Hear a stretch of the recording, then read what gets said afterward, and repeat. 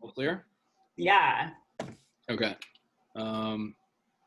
With the founding editors of Gap Riot Press, Kate Ciclosi and Danny Spinoza, this is episode 10 of Talking with the Presses. Danny, Kate, thank you both for joining me. Hi. Kevin. So I wonder whether either or both of you would say a few words about what compelled you to found Gap Riot Press and whether that impetus has changed at all in response maybe to the work that you've received since then. Yeah, so we answer this question a lot, and I always pass it to Danny because she has a pretty personal connection to the reason why we started this press, and it kind of carries us into our work that we do today. So Danny, I don't know if I want to take it from there. I know it's tough, but I know, but it's my favorite story now. I feel like I like that we get this question so much. So Kate and I were talking about doing something like this, probably like just at parties or at bars or whatever for the longest time. And I would always talk to my friend, the lovely, late Priscilla Apple, about it. And when she had this play in Summerworks, the theater festival here in Toronto, and she was like, I want to produce like a beautiful limited edition chapbook of the poems from the play. Are you guys ever going to actually do that press that you kept talking about? And we were like, all right, fine. Like, this is our push. Let's do it. She like pushed us off the deep end with it a bit. And here we are. That was 3 years ago. Yeah. And we miss her a lot. So it's cool to tell that story. And she becomes like a part of this. Absolutely. She pushed us into it. I hope you don't mind my saying that it seems just a beautiful tribute and legacy. Yeah, for sure. We wish she was around to see it grow into what it's become. I think she would have been really proud of Danny in particular and just the work that we're doing. And really proud to be able to have published her as our first work to get this work started. And it is a really beautiful legacy that like we think about often, and it really informs our work. So it is a really kind of, fitting in many ways, but yeah, it's I think the way that it's gone is something that she'd really appreciate too, because our big thing is supporting, working with the poets, supporting the poets through the whole process. We just started doing little editing things, but usually we let the work kind of be how the poet intended it. And that's been, I think, the most important thing for all of it, paying them. Paying them for the chapbooks. It's never a ton, but we pay them and we work with them on design stuff. And so that's what she would love about it, and part of why we did this in the first place, I think. Yeah, I remember one of the first conversations she had with us about it. She was like, you have to have an author contract. And we were like, oh. And she was like, because a lot of small presses don't, but like that was actually one of her legacy things, because she was like, authors like to know what they're getting into. And even if though you are a small press, like it's just something that kind of legitimizes it for authors. And I thought that was interesting. And so now we have a contract. Thanks, Priscilla. Yeah, thanks. Professionalizing us. Yeah, I mean, it's essential, and I think often overlooked, the necessity of ensuring that people are compensated to the extent that they can be, even if it's, small press work. I mean, it is work. And that brings me in a way to a question about COVID, and I don't want that to bear too much on this conversation because the press exists independently of that. But the phrase resistance and resilience came up at the launch of season 5 a couple of months ago. This collection of 4 chapbooks that you've just released, or books that you've just released. And I wonder if I could just kind of leave it there and ask you about how resistance and resilience and COVID has connected with, or maybe even informed, the work that you're doing at the moment, the way that it maybe resonates with self-declaredly anarchistic, radical, and intersectional core of the press.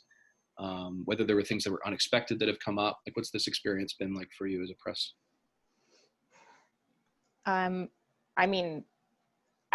We had started thinking and talking about this stuff beforehand, but the issue of access, what's accessible and how, has become so much more in our mind right now. And also the kind of companies that we're working with to have the online store, to do the printing, all the stuff, those things have kind of shifted. We've been trying to move further and further away from super corporate, mass-produced stuff and getting smaller even in our own hands and dealing with it. So I think that's just accelerated.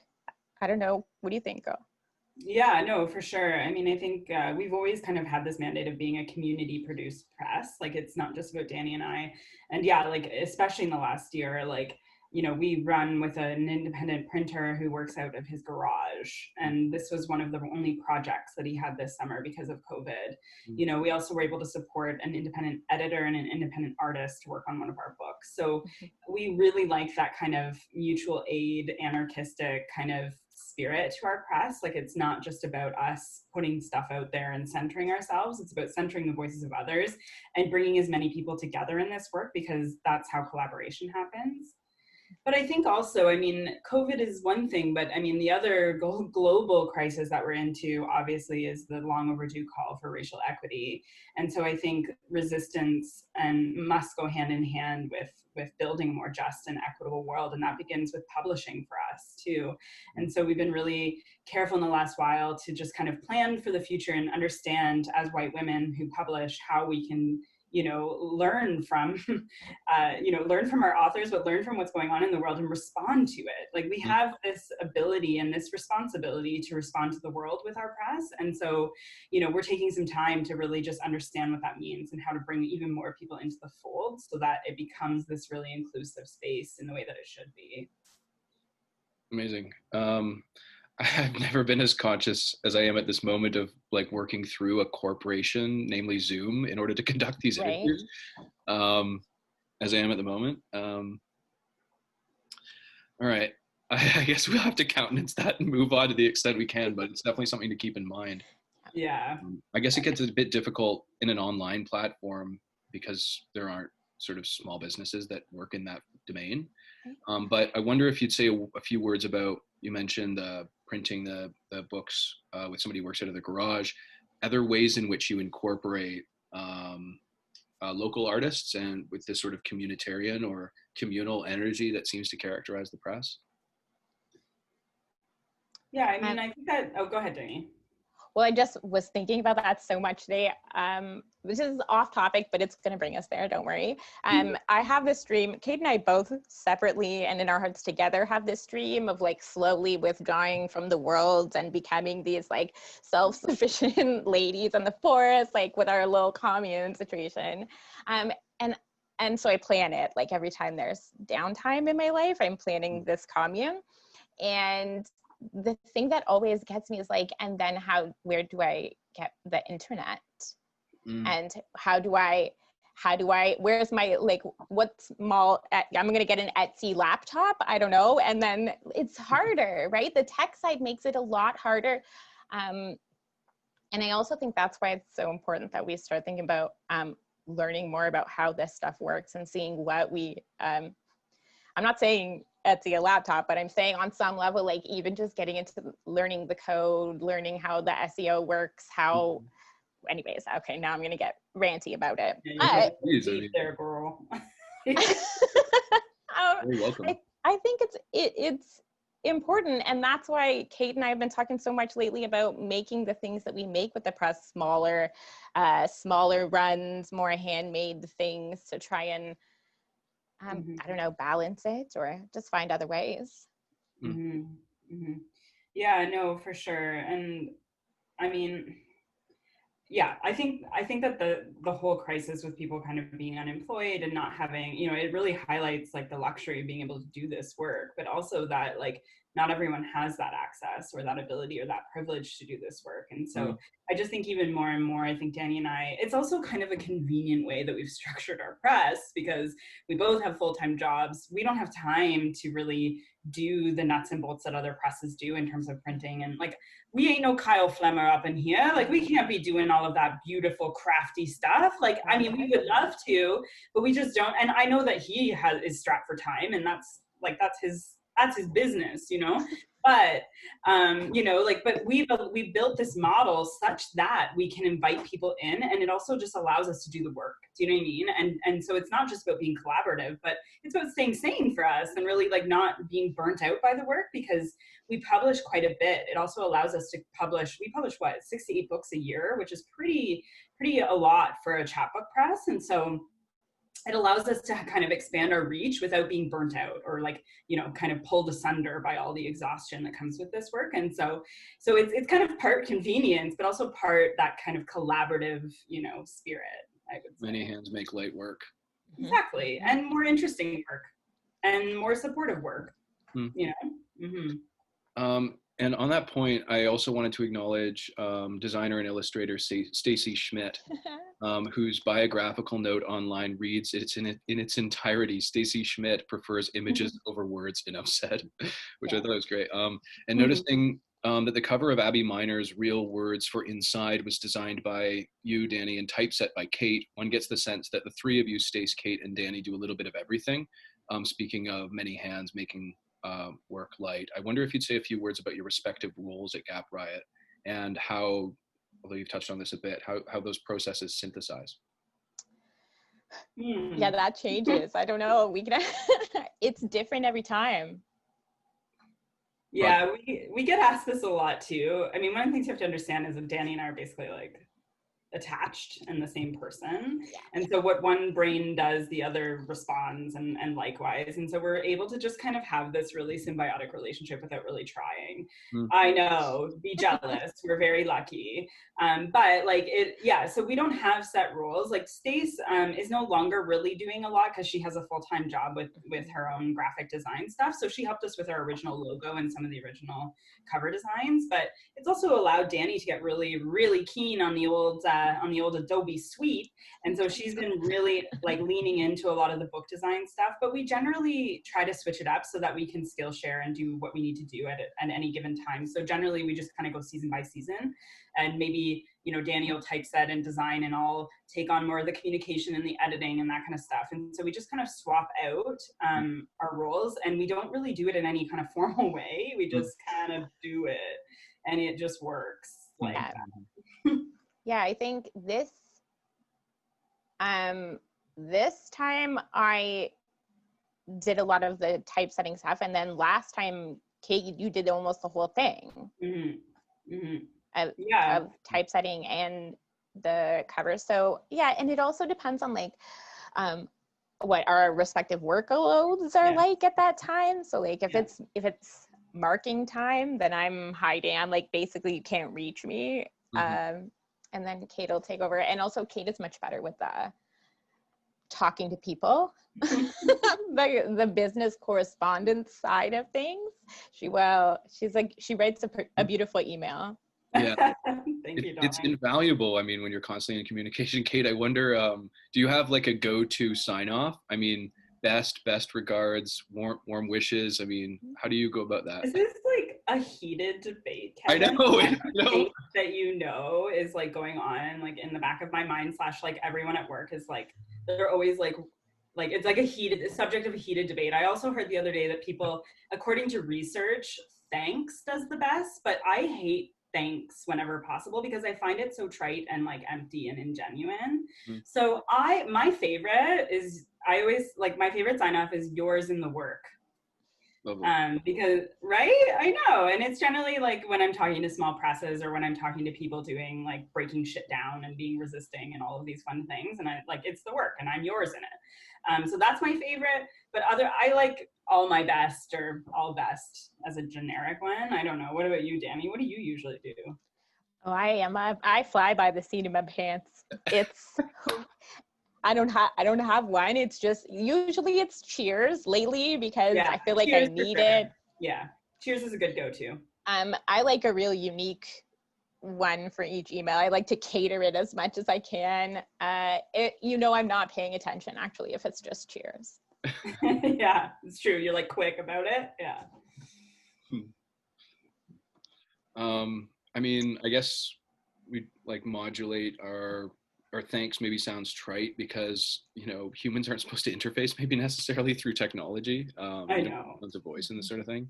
It's true. it informs the debate, I think. Like, for sure. Yeah. For sure. Apparently, though, people like to be felt like they're given grace before the email. I don't know. I read this like silly little research thing about it that someone sent me, and I wasn't buying what it was selling, but apparently thanks does the best. Or thanks in advance. Like, I don't know. Sounds like weird, you know, corporate kind of glad handing to me, but here we are. So I also noticed that I noticed what must have been an intentional deviation from chapbook, preferring book, as in from Toronto-based poet, editor, and teacher Kinesia Lubrin comes Gap Riot Press's third book, Augur, which, by the way, was shortlisted for the VP Nicol Chapbook Award in 2018. So when I looked closer, I noticed that chapbook actually has a gendered etymology. And I wonder whether that informed your choice to reconstrue as chapbook as opposed to book, but also I wonder if we could talk maybe even generally about this sort of chapbook or book form. Interesting. I know, I didn't know that. I like looked at your face. I'm so happy that both of us were so surprised by that. I was like, tell us more. Yeah, can you share more about the gender? Yeah, so I mean, just on my Apple dictionary, which isn't very comprehensive, but early 19th century from Chapman and book, and Chapman comes from the Old English Chapman, I think it's pronounced, which means, or Chiap, which means cheap, and then man. So presumably like a wandering salesman, and was like necessarily. Yeah. Well, I guess you also say like, oh, he's a good old chap. That's it. Oh yeah, like a chap. Yeah. That's interesting. Yeah. I had no idea. Man, a man book. A man book. Yikes. Why didn't we ever notice that before? I mean, yeah, because Kevin, I hate to say it, but what you're observing is purely accidental, but not now. Yeah, I was gonna say I don't even remember. I guess I wrote the copy for that. Kinesia would have been season 1, so I don't even remember doing that. Although I think it's just that, like, my answer to you is we just play fast and loose with this language up here. A books is, and we like, I don't know, they're books to us. They took us a damn long time. They took the poets a damn long time. I like the smallness of it, but I don't need that to be the primary defining feature. It's books. Sure. I'm not the book police. Yeah, so short answer, we didn't really think about it, but we will now. And we love it. Yeah. Sure. I mean, chapbooks are books, right? Like, it's just, I think it's more of like an industry term more than anything, right? Like, and I get asked all the time, they're like, chapbooks, like when you say it and people who aren't in the know, they're like, what the heck are those, right? And you're just like, I don't know, they're just small books, like booklets, like, I don't know, right? Like, I think it's like 35 or 45 pages, I think maybe 35 pages or something. Oh, like so ours are like micro chaps then, I guess. Yeah, most 12 to 35, I think. Yeah, we don't put a lot of stock in that kind of bullshit, Kevin. I'm glad to hear it. Yeah, down with arbitrary systems. So you've just recently released season 5's 4 chapbooks. I think that made sense. And I wonder if you could say a word about each of them. Oh, God. I'll put you on the spot a little bit.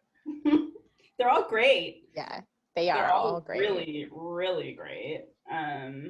Yeah, I mean, like, you know, out comes the gate, Thérèse Mason-Pierre with her gorgeous manifest, which is like this stunning work of Afrofuturism poetry, which is just, it's ethereal, it's gorgeous, it'll just spin you right round with its language. It is just really stunning. And the imagery of it was so rich and beautiful, which is why that's actually the book that we ended up soliciting art from Mia Carnevale, and I hope I'm saying her name right, but she is a really gorgeous artist who does that type of speculative art, and so she was able to provide the cover image, and I think it just speaks to this like richness that Thérèse is able to bring out in her work, and so yeah, that one is really really stunning, and is now sold out actually, of her second run, which is pretty amazing.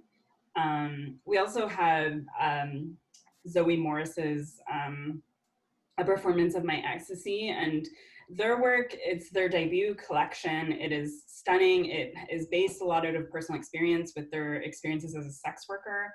And so it deals a lot with intimacy and how it intermingles with transactional sex, which is such an interesting and necessary narrative that we don't really hear from in artistic ways as much as we should.